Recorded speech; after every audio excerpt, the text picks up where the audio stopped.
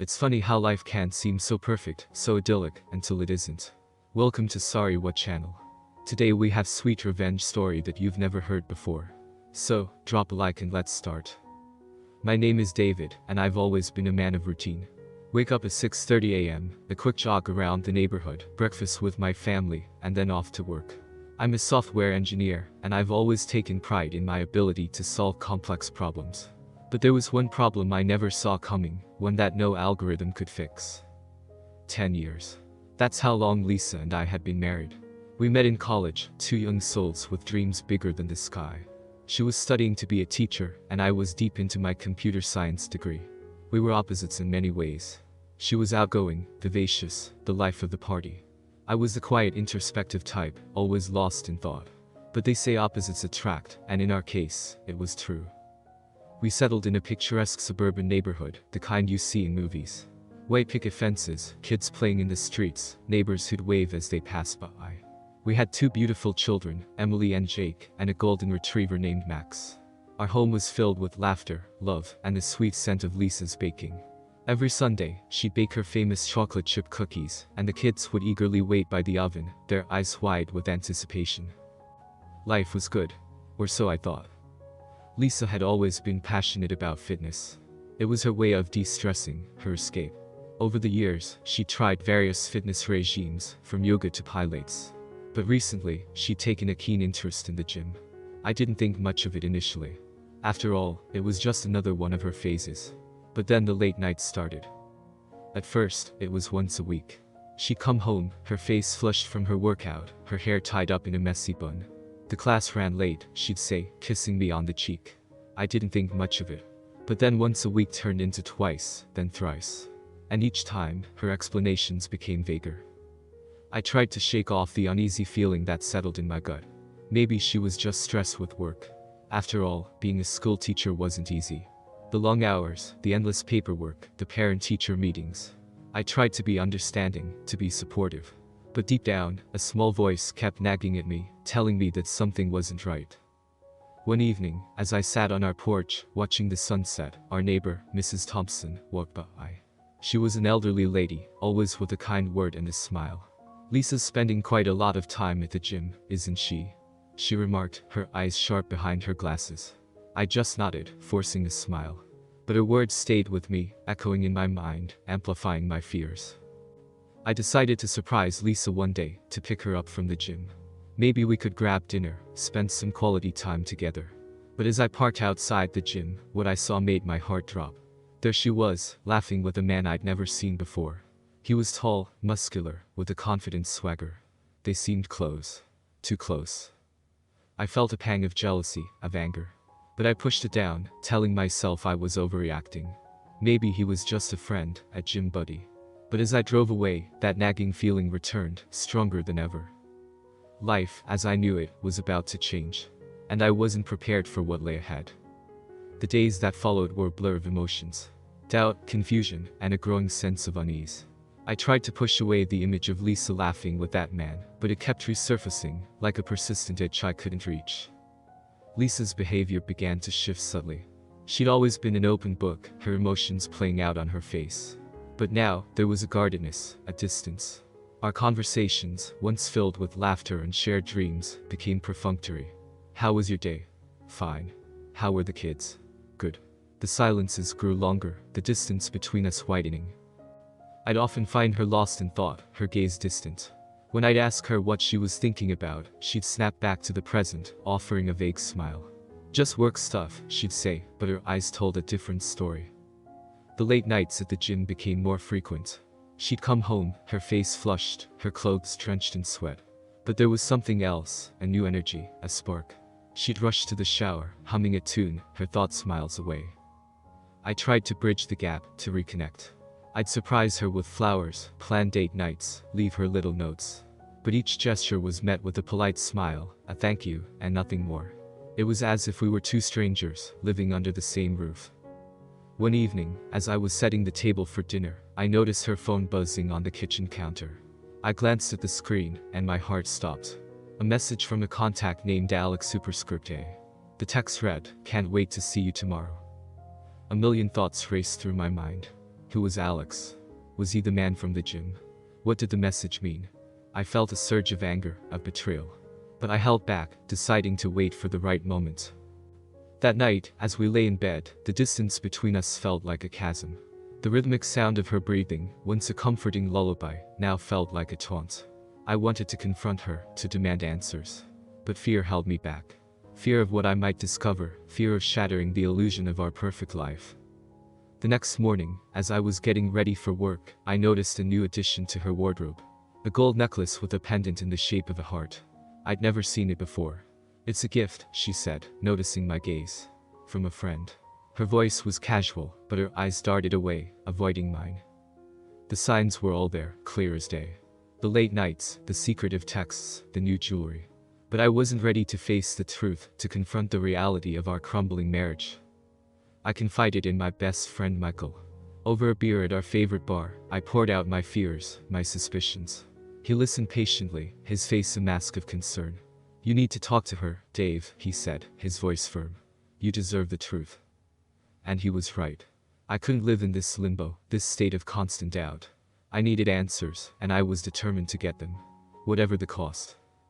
The weight of suspicion is a heavy burden to bear. Every moment, every gesture, every word became a potential clue, a piece of a puzzle I was desperate to solve. I found myself observing Lisa with an intensity I'd never felt before, trying to decipher the secrets she might be hiding. One evening, after another of her late gym sessions, I saw an opportunity. Lisa had gone upstairs to shower, leaving her phone on the kitchen counter. My heart raced as I approached it, a mix of guilt and dread. I knew that snooping wasn't right, but the need for clarity, for truth, was overwhelming. I quickly unlocked her phone, my fingers trembling. I opened her messages and scrolled to Alex's name. What I found was a series of intimate exchanges, filled with affectionate images, inside jokes, and plans to meet up. One message, in particular, stood out. "Last night was magical. Can't wait to be in your arms again." My heart felt like it was being squeezed, each word a dagger piercing deeper. The room began to spin, and I had to grip the counter to steady myself. The reality of Lisa's betrayal hit me like a tidal wave, drowning me in a sea of pain and disbelief. How could she? After everything we'd been through, after all the dreams we built together. I took a deep breath, trying to calm my racing heart. I needed to see them together, to witness the truth with my own eyes. I decided to follow her the next time she went to the gym. The following evening, I told Lisa I had a late meeting and wouldn't be home until late. She seemed relieved, giving me a quick peck on the cheek before heading out. I waited a few minutes, then got into my car and drove to the gym. Parking a few blocks away, I approached the gym on foot, blending in with the evening crowd. I spotted Lisa and Alex almost immediately. They weren't working out. Instead, they were seated at a nearby cafe, their heads close together, hands intertwined. Their laughter echoed in the evening air, a painful reminder of what we once had. I watched as Alex leaned in, capturing Lisa's lips in a passionate kiss. It felt like a punch to the gut, the world around me blurring as tears filled my eyes. I felt broken, discarded, replaced. I retreated to my car, my mind a whirlwind of emotions. Anger, sadness, betrayal, and a burning desire for answers. I needed to confront Lisa, to hear her side of the story. But more than anything, I needed to understand why. Why she'd thrown away our love, our history, our future.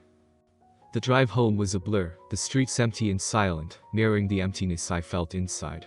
I parked the car and sat for a moment, gathering my thoughts. The house loomed in front of me, a symbol of our once happy life, now tainted by betrayal.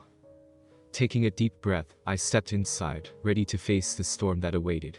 The house was eerily quiet when I entered, the soft hum of the refrigerator the only sound breaking the silence. The dim light from the living room lamp cast long shadows on the walls, making the familiar space feel foreign and unwelcoming. I could hear the soft patter of rain starting outside, as if the heavens themselves were mourning the impending end of our love story. I found Lisa in our bedroom, her face illuminated by the soft glow of her phone screen. She looked up, startled, as I entered. "David, I thought you had a meeting," she said, her voice tinged with surprise. I took a deep breath, my heart pounding in my chest. "We need to talk," I said, my voice firm, betraying none of the turmoil inside. She put down her phone, her face a mask of confusion. "What's wrong?" she asked, her eyes searching mine. I took a moment, gathering my thoughts. "Who's Alex?" I asked, my voice barely above a whisper. Lisa's face paled, her eyes widening in shock. She opened her mouth to speak, but no words came out. The silence between us was deafening, each second stretching into an eternity. Finally, she found her voice. "David, it's not what you think," she began, her voice shaky. I felt a surge of anger. "Not what I think. I saw the messages, Lisa. I saw you two at the cafe. How long has this been going on?" She looked down, tears forming in her eyes. "A few months," she admitted, her voice barely audible. The weight of her confession hit me like a ton of bricks. "Why, Lisa? Why did you do it?" I asked, my voice filled with pain. She took a deep breath, wiping away her tears. "I felt lonely, David. You were always so busy with work, and I felt like we were drifting apart. Alex, he made me feel wanted, alive." I felt a pang of guilt, remembering the countless nights I'd come home late, too tired to talk or spend quality time with her. But that didn't excuse her actions. "So you decided to have an affair? To throw away everything we've built together?" She shook her head, her face filled with regret. "It was a mistake, David. I never meant for it to go this far. I'm so sorry." The room was filled with tension, the air thick with unsaid words and emotions. I felt a mix of anger, betrayal, and sadness. But more than anything, I felt lost. The woman I'd loved and trusted for over a decade had betrayed me in the worst possible way. "I need some time to think," I said, my voice hoarse. Without waiting for a response, I turned and walked out of the room, leaving behind the shattered remains of our once perfect life. The days that followed our confrontation were a haze of anger, confusion, and heartbreak. I moved into the guest room, the distance between Lisa and me growing with each passing day. Our home, once filled with warmth and love, now felt cold and empty. The laughter of our children seemed distant, a stark contrast to the heavy silence that hung between us. One evening, after putting the kids to bed, I found myself aimlessly driving through the city. The neon lights blurred past, each street a reminder of happier times. I ended up at a dimly lit bar on the outskirts of town, a place where I could drown my sorrows and escape the painful reality of my life. As I sipped my whiskey, the weight of betrayal pressing down on me, a familiar face walked in. Michael, my best friend since college. He took one look at me and knew something was wrong. "Talk to me, Dave," he said, taking the seat next to me. I poured out my heart, the pain and betrayal spilling out with each word. Michael listened intently, his face a mask of concern and anger. "You deserve better, Dave," he said, his voice filled with conviction. "Lisa and this Alex guy need to pay for what they've done." The idea of revenge had crossed my mind, but I pushed it away, thinking it was beneath me. But now, with Michael's words echoing in my ears, the seed of vengeance began to take root. Michael leaned in, his voice low. "I know someone who can help. A private investigator. She's the best in the business. If there's dirt on this Alex guy, she'll find it." The thought was tempting. To expose Alex for who he truly was, to make him feel the pain and humiliation I felt. "Do it," I said, my voice filled with determination. Over the next few days, Michael introduced me to Sarah, the private investigator. She was sharp, with a keen eye for detail. "Give me a week," she said, her voice confident. "I'll find out everything there is to know about Alex." True to her word, Sarah delivered. It turned out Alex had a history of seducing married women, leaving a trail of broken homes in his wake. He was also in deep financial trouble, with debts piling up and creditors breathing down his neck. Armed with this information, a plan began to form in my mind. With Michael's help, I set up a fake business opportunity, promising Alex a way out of his financial woes. The catch: he'd have to invest a significant amount of his own money. The bait was set, and Alex took it hook, line, and sinker. The thought of him losing everything, of feeling the same pain and betrayal I felt, was intoxicating. But as the days turned into weeks, and my plan began to unfold, a nagging doubt crept in. Was revenge truly the answer? Would it bring me the peace and closure I so desperately sought? Or would it only lead to more pain and heartbreak? As I stood at the crossroads, torn between vengeance and forgiveness, I realized that the path I chose would define not only my future, but the future of my family as well. The days leading up to the execution of my plan were filled with a mix of anticipation and anxiety. Every detail had been meticulously planned, every loophole closed. Michael was my rock throughout, offering support and guidance, ensuring that everything went off without a hitch. We created a fake company, Nextech Innovations, complete with a sleek website, promotional materials, and even a rented office space in the heart of the city's business district. The company's mission: to revolutionize the tech industry with a groundbreaking software solution. And Alex was to be our primary investor. Sarah, using her connections, introduced Alex to a business associate of ours, James. James was, in reality, an actor friend of Michael's, playing the part of a successful entrepreneur. Over a series of meetings, James painted a picture of a golden opportunity, promising high returns on investment. The bait was tempting, and Alex, with his financial woes, was desperate for a way out. One evening, at a high-end restaurant, the final meeting took place. I watched from a distance, seated at the bar, as James laid out the terms. Alex would invest a significant portion of his savings, and in return, he'd get a substantial stake in Nextech Innovations. The atmosphere was electric, the promise of wealth and success hanging in the air. As Alex signed the papers, sealing his fate, I felt a rush of emotions. Triumph, satisfaction, but also a twinge of guilt. Was I going too far? Was this the man I had become? The following weeks were a whirlwind. Alex was introduced to the team at Nextech, all actors playing their parts to perfection. He was given tours of the office, shown prototypes, and presented with fabricated financial projections. The illusion was complete, and Alex was none the wiser. But as the date of the product launch neared, the reality of what I was doing began to weigh on me. I was about to destroy a man, to take away everything he had. And for what? Revenge. Satisfaction. The lines between right and wrong began to blur, and I found myself questioning my actions. One evening, as I sat in my home office, going over the final details, I came across a photo of Lisa and me from our early days. We looked so young, so in love. The weight of my actions, the gravity of the path I was on, hit me like a ton of bricks. Was this what Lisa and I had become? Two people, driven by anger and betrayal, tearing each other apart. I was at a crossroads, torn between my desire for revenge and the love I still felt for Lisa. The trap was set, and Alex was about to walk right into it. But was it worth it? The cost of my actions, the impact on my family, my soul, loomed large. As the day of reckoning approached, I found myself faced with the most challenging decision of my life. To go through with my plan, or to find another way, a path towards healing and forgiveness. The choice was mine, and it would define the rest of my life. The city's hum was a distant murmur as I returned home that evening. The Nextech exposure had set the town abuzz, and while many admired my audacity, others whispered about the extremity of my actions. But amidst the city's chatter, a profound silence had settled in our home. I found Lisa in the living room, surrounded by remnants of our shared past. Old photographs, letters, trinkets from our travels, all spread out like fragments of a shattered mirror. She looked up, her eyes searching mine, perhaps for a hint of the man she once knew. "We've been on quite a journey, haven't we?" she began, her voice soft, holding up a picture from our honeymoon. I took a deep breath, feeling the weight of the moment. "We have. But not all journeys are meant to continue together." She looked taken aback, her eyes whitening slightly. "David."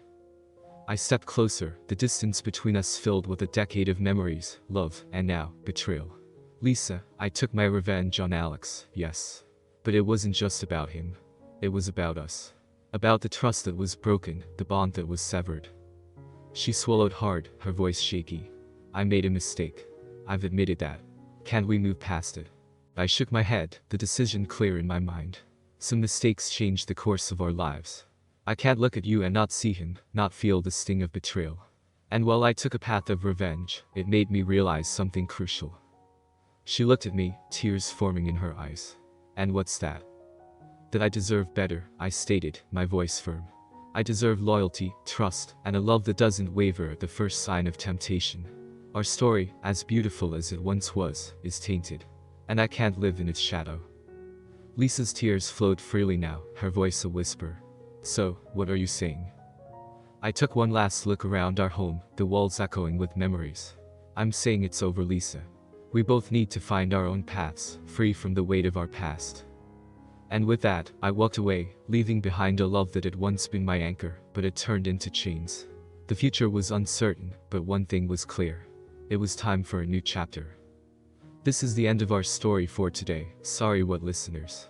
And what I really want to say, I don't know why he didn't finish this right after he saw messages, but this revenge worth it. What do you think about this story?